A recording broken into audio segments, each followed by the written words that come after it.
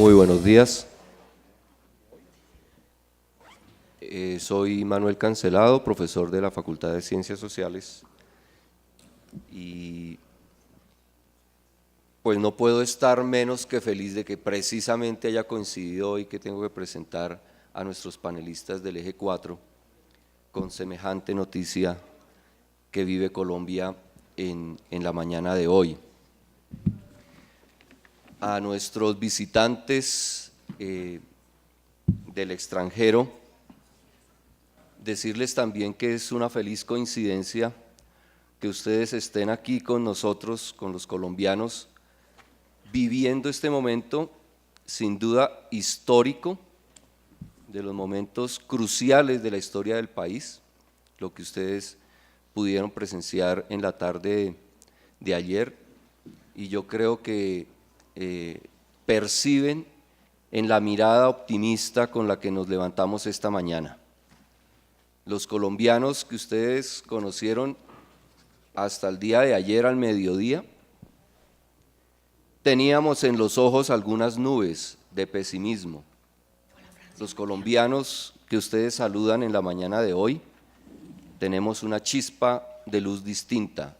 Muchas gracias por estar con nosotros en esta mañana, compartiendo nuestra alegría.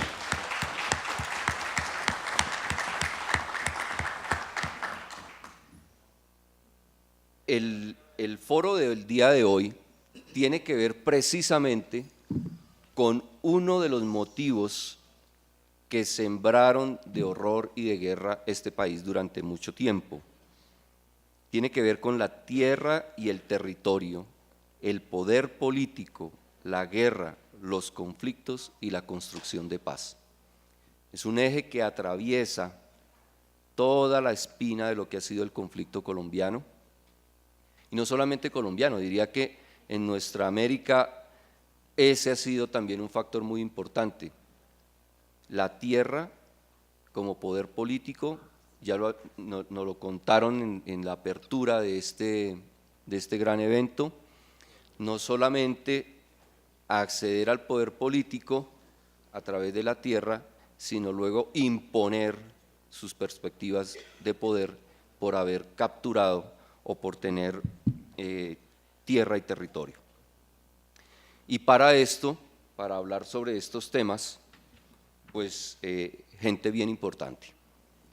Gilberto Ríos, que es técnico en desarrollo agrario, empleado del Instituto Nacional Agrario INA en el Departamento de Planificación de Honduras, director ejecutivo del Instituto Hondureño de Desarrollo Rural, IDER, cofundador y director de editorial Guaymuras, asesor técnico en materia agraria de Cáritas Nacional, Honduras, gerente del Programa de Desarrollo, Institución y Cooperativo de la Central de Cooperativas Cafetaleras de Honduras, secretario ejecutivo de FIAN Internacional, sección Honduras.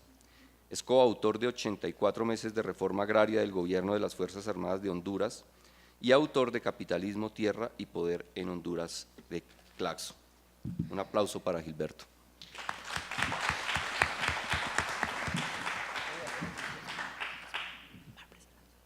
Lo acompañan en la mesa Francia Márquez. Francia Elena es lideresa afro-oriunda de la vereda de Yolombó, municipio de Buenos Aires, en el norte del departamento del Cauca, uno de nuestros departamentos más sufridos. Fue la galardonada en la categoría Defensor o Defensora del Año en Colombia, en la cuarta versión del Premio Nacional de Derechos Humanos. Un aplauso para Francia. Muchas gracias. Eberto Díaz, presidente de FENSUAGRO, es el vocero de la Mesa de Interlocución Agraria Popular y Acuerdos MIA, que con toda seguridad tendrán un papel protagónico en todo lo que viene con los desarrollos de los acuerdos que llegaron ayer de La Habana. Y dicen que ya viene corriendo Darío Fajardo, que ayer estuvo en casa de citas, y ustedes seguramente le dieron un vino extra, que no me escuche. Darío, conocidísimo por todos, antropólogo de la Universidad Nacional de Colombia, magíster en artes de la Universidad de California en Berkeley, trabajó en el programa de Naciones Unidas en la FAO, trabaja, colega nuestro aquí en el Externado de Colombia, es profesor de sociedades agrarias e investigador en el área de conflicto y dinámica social, pues conocido de todos.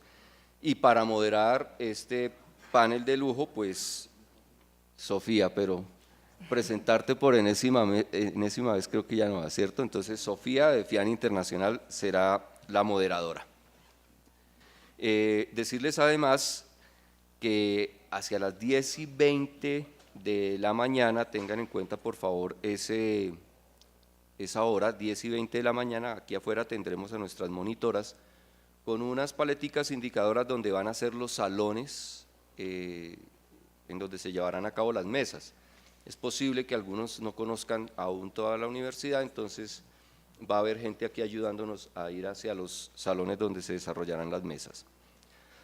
A la 1:50, o sea, después del almuerzo, el punto de encuentro será frente al edificio A, nuestra plazoleta central, para que allí también nos informen sobre los distintos lugares donde se desarrollan los paneles. Por si alguien no conoce dónde es el lugar, ahí le van a indicar. Entonces, 10:20 aquí afuera, 1:50 frente a la, nos van a dar todas esas indicaciones. Invitarlos, por supuesto, a la salida de campo, al Sumapaz, el sábado. La salida será a las 6:30 de la mañana.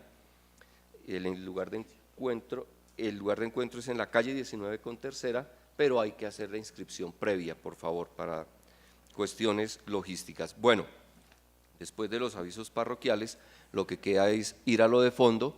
Entonces, Sofía, el foro es tuyo. Bien, muchas gracias y muy buen día a todas y a todos. Quisiera entonces pedirle a Gilberto que tome la palabra en primer lugar. Voy a usar una metodología que le aprendí a una líder campesina. Voy a poner la alarma y va a sonar a los 17 minutos y ahí vas a saber que te quedan 3 minutos para cerrar y estamos entonces listos. Bueno, muchas gracias, Gilberto, por favor. ¿Quieres sentarte? Sí, gracias.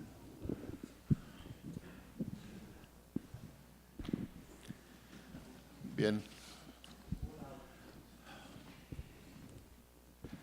Como puede verse, es un tema complejo: tierra, poder político, guerra, conflictos y construcción de paz en las Américas. Me responsabilizaron de tratar el tema limitándolo a Centroamérica. Y eso es lo que voy a hacer. Y voy a leer todo, no tengo diapositiva. Siempre me resulta difícil competir con la diapositiva. Los movimientos campesinos, las reformas agrarias y la lucha armada en Centroamérica. En la primera parte del siglo XX se destacan importantes movimientos revolucionarios en Centroamérica. La lucha encabezada por Augusto César Sandino apuntaba a expulsar a las tropas norteamericanas que ocupaban Nicaragua y a la reivindicación de los derechos fundamentales de los campesinos pobres.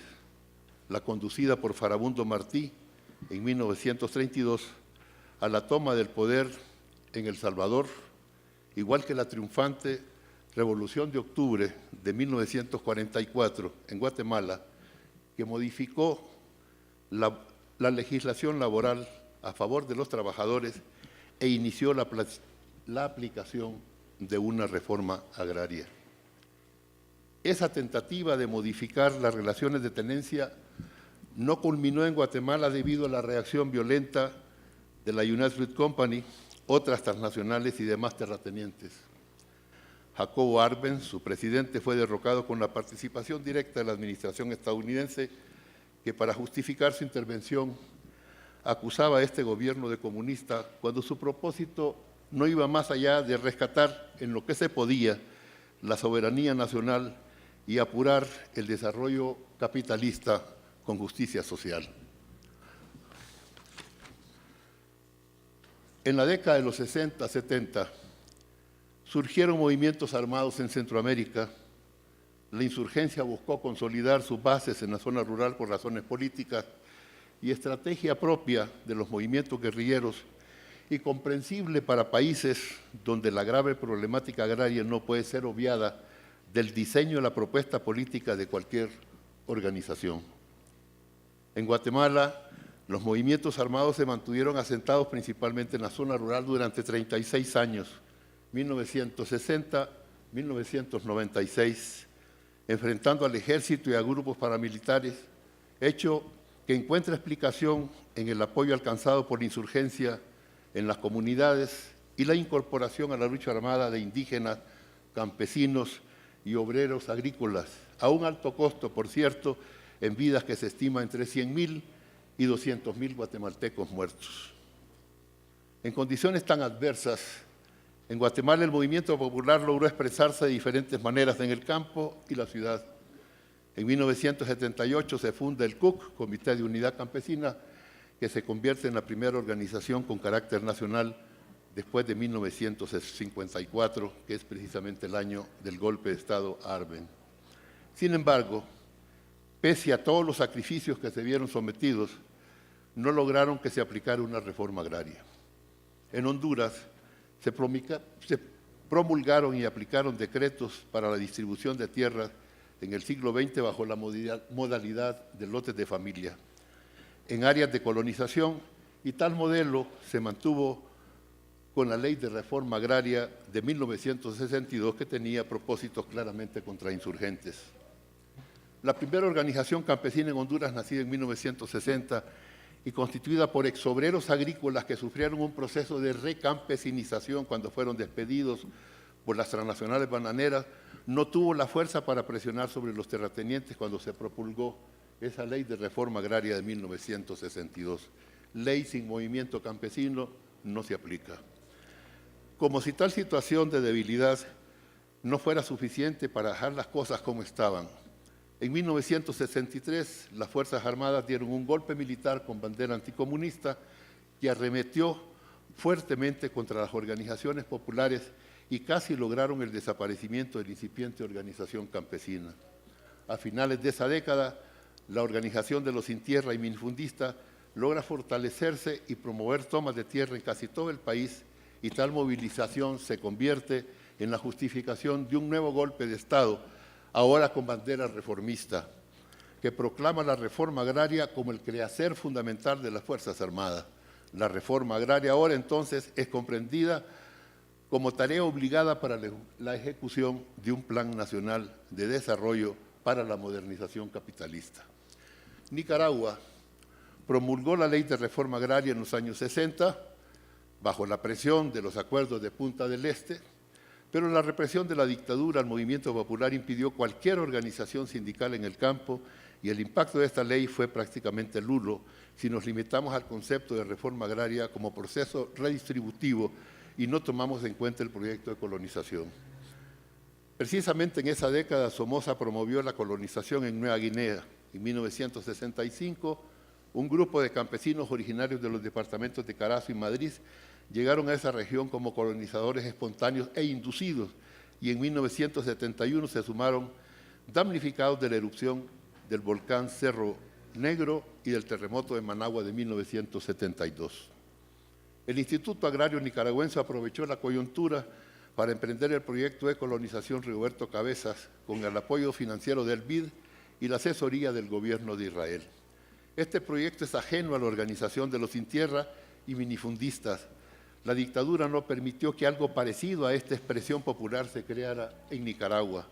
De ahí que la revolución sandinista no encontró una organización campesina en que apoyarse cuando triunfó, y debió fortalecer apuradamente a la Asociación de Trabajadores del Campo, una organización muy débil que aglutinaba a pocos minifundistas y obreros agrícolas. En el caso de El Salvador, en 1882, en El Salvador la ley de extinción de ejidos dio paso a la expropiación de la tierra de indígenas y las concentró en pocas manos. Aquel evento histórico que afectó a tantas familias quedó en la memoria colectiva y sería punto de apoyo que justificaría la movilización campesina de 1932, en la que murieron al menos 10.000 personas. La cifra que normalmente se ha manejado es de 30.000. Evento genocida que el gobierno intentó desagraviar con la creación de la Agencia para la Reforma Agraria, que entregaron alrededor de 55.000 hectáreas entre 1932 y 1975. En 1980 se promulga en El Salvador la Ley de Reforma Agraria, que debe ser entendida como la transformación de la estructura agraria del país y la incorporación de la población rural al desarrollo económico, social y político de la nación. Los críticos de esta reforma agraria la consideran una reforma agraria contrainsurgente. En 2003, USAID, cuyo gobierno impulsó este proyecto de reforma agraria, valoró la reforma agraria de El Salvador como una de las más extensas de América Latina. Sin embargo, agrega, esta modificación tan solo parcialmente modifica la estructura de tenencia de la tierra, ya que el sector reformado llegó a cubrir en 1986 apenas el 2.54% de la superficie en ficas y a representar el 2.1% de las familias rurales, mientras que el 54.2% del área continúa en manos del 2.8%, dicho por USAID. El conflicto en torno a la tierra sigue. La extrema concentración del ingreso y la riqueza y el cierre de espacios de participación democráticos fueron sin duda algunos de los factores estructurales que generaron el conflicto armado entre 1980 y 1992, dicho por USAID. Los procesos de paz en Centroamérica. Los acuerdos de Esquipula, 1987, resultaron del proceso de paz facilitado por el Grupo de Contadora. En 1986 tuvo lugar la reunión Esquipulas I, a la que asistieron los presidentes de Centroamérica, y sirvió de base para consolidar la decisión política de los gobernantes y establecer con Esquipulas II en 1987 el procedimiento para conseguir la paz firme y duradera en la región. Durante 1986 y 87 fue restablecido el proceso de Esquipulas, en que los jefes de Estado de Centroamérica acordaron una cooperación económica, una estructura básica para la resolución pacífica de los conflictos centroamericanos. De ahí emergió el Acuerdo de Esquipulas II. En Nicaragua, con el Acuerdo de Zapoa, del 23 de marzo de 1988, se asume el compromiso de cesar las operaciones militares ofensivas en todo el territorio nacional por un periodo de 60 días, durante el cual se llevó a cabo un proceso de negociación integral para el cese del fuego definitivo, cuya ejecución efectiva se dio conjuntamente con los demás compromisos contemplados en Esquipulas II para poner fin a la guerra. Por su parte, el gobierno de Nicaragua decretó una amnistía general. Esto es interesado porque tiene que ver con el caso colombiano ahora. El gobierno de Nicaragua decretó una amnistía general para los procesados y condenados por la violación a la ley del mantenimiento del orden y la seguridad pública y para los miembros del ejército del régimen anterior. Se refería al régimen somocista por los delitos cometidos antes del 19 de julio de 1979, que es la fecha del triunfo de la revolución sandinista. El triunfo del sandinismo fue recibido con entusiasmo por los indígenas y comunidades étnicas de la costa caribe, y como gobierno intentó resolverles problemas económicos y sociales, pero la aplicación de ciertas políticas y el instigar constante de los Estados Unidos en esas comunidades acabó con esas buenas relaciones y dio origen a movimientos armados de oposición. A partir de 1984 se iniciaron pláticas de paz que dan inicio a la elaboración de la Ley de Autonomía.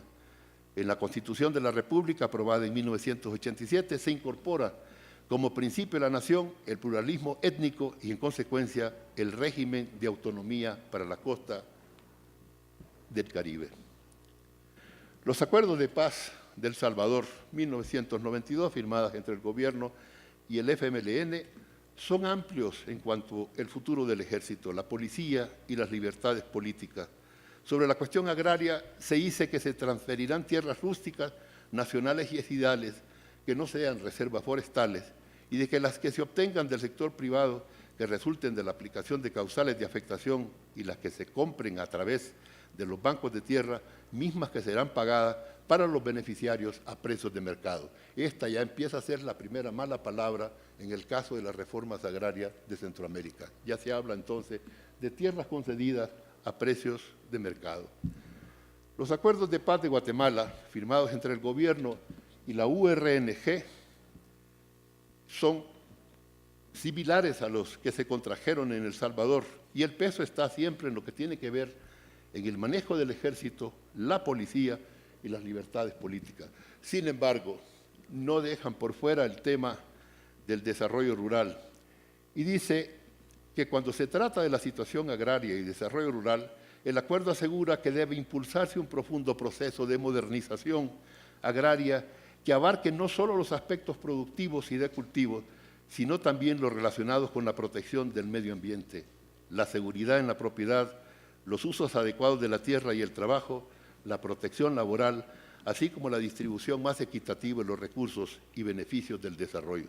Sin embargo, el censo del 2003 muestra una fuerte concentración de la propiedad de la tierra.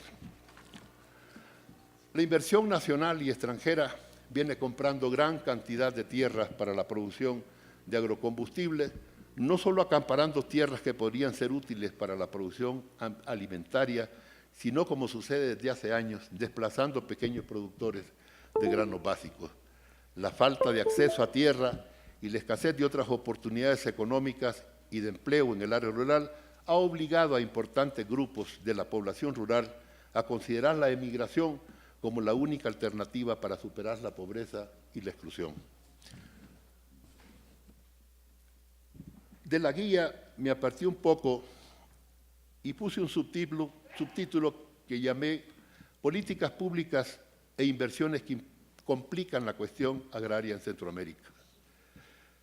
Las políticas públicas orientadas por la doctrina neoliberal relacionadas con la cuestión agraria no han logrado crear un ambiente propicio para el desarrollo rural como se prometió. Cuando se ojea el pasado de las reformas agrarias y proyectos de colonización en América Latina y Caribe, se evidencia que ha habido cambios radicales en las políticas actuales para tratar este tema.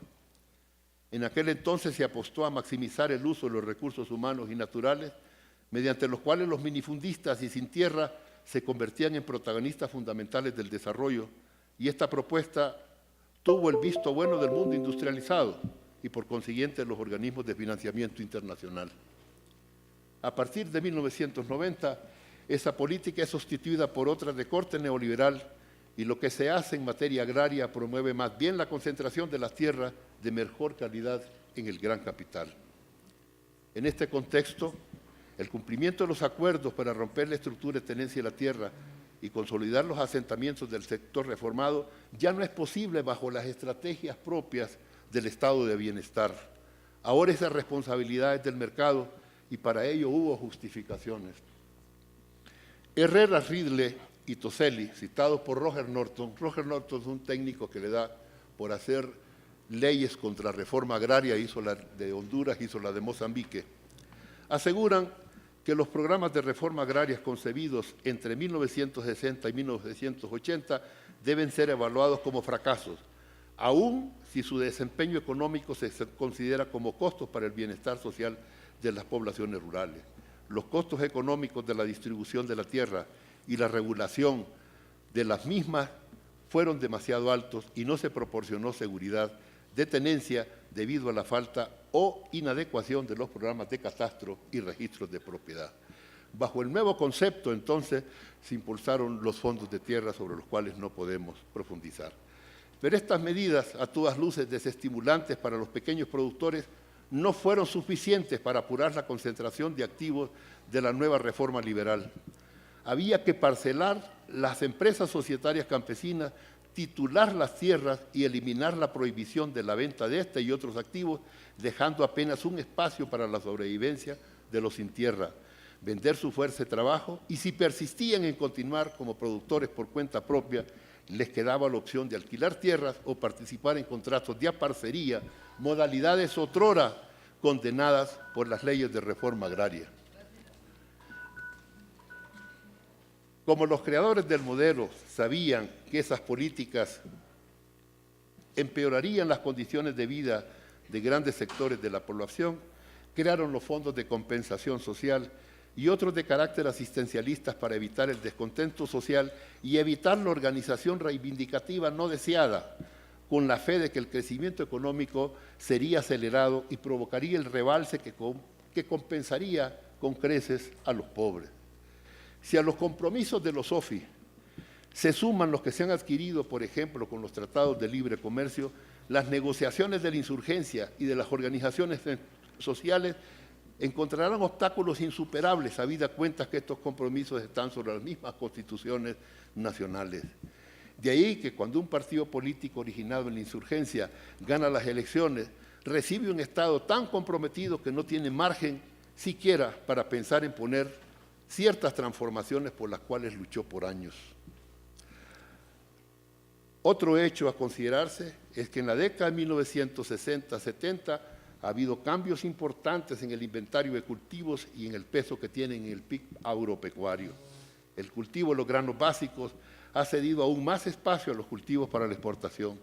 La consigna "debemos producir aquello en lo que somos competitivos" no admite discusión y es responsable de que ningún país de la región cubra totalmente con su producción la demanda nacional de alimentos. En Centroamérica ha crecido con rapidez las áreas cultivadas con caña de azúcar y la palma africana, sumándose a las ocupadas por banano, melón, sandía, cultivos orientales y otros. En Honduras, lo poco atractivo en términos de ingresos que resulta la actividad productiva para los pequeños productores ha llevado al casi desaparecimiento del movimiento campesino. Y apoyados en este nuevo contexto, los que gobiernan este país han tomado la decisión de eliminar el Instituto Nacional Agrario y trasladar la titulación de tierras al Instituto de la Propiedad sin temor a que haya una reacción de protesta. En el caso de Guatemala, Honduras y Nicaragua recurren al sector minero como una alternativa para la creación de más empleo e ingresos. Obviamente, estas actividades se enfrentan con la oposición de agricultores, grupos ambientalistas y comunidades locales, lo cual genera conflictos de diversas proporciones y alcances. La migración de centroamericanos al mundo industrializado se cuenta en millones. Irónicamente, el fracaso del modelo promovió que situaciones como el desempleo, los pocos ingresos que reporta la agricultura y granos básicos y la concentración de los mejores recursos en pocos propietarios aceleraron el exilio económico que ahora, con sus remesas, alivia la pobreza y contribuye a la economía de estos países, favoreciendo de manera particular al sector financiero con importantes ganancias por el cobro de las transferencias y el comercio con el aumento del consumo. Las remesas son tan importantes para estos países que anualmente estos gobiernos cabildean en Washington para que se extienda el estado de protección temporal, TPS, que se llama en inglés, a los migrantes de estos países. Sin embargo, con esto concluyo, la administración norteamericana no está satisfecha con este fenómeno migratorio y ha creado la Alianza para la Propiedad del Triángulo del Norte, El Salvador, Guatemala y Honduras, que busca generar oportunidades de desarrollo, para los habitantes de la región y desestimular las migraciones. El Congreso estadounidense acordó destinar $750 millones durante el año fiscal 2016 con ese objetivo.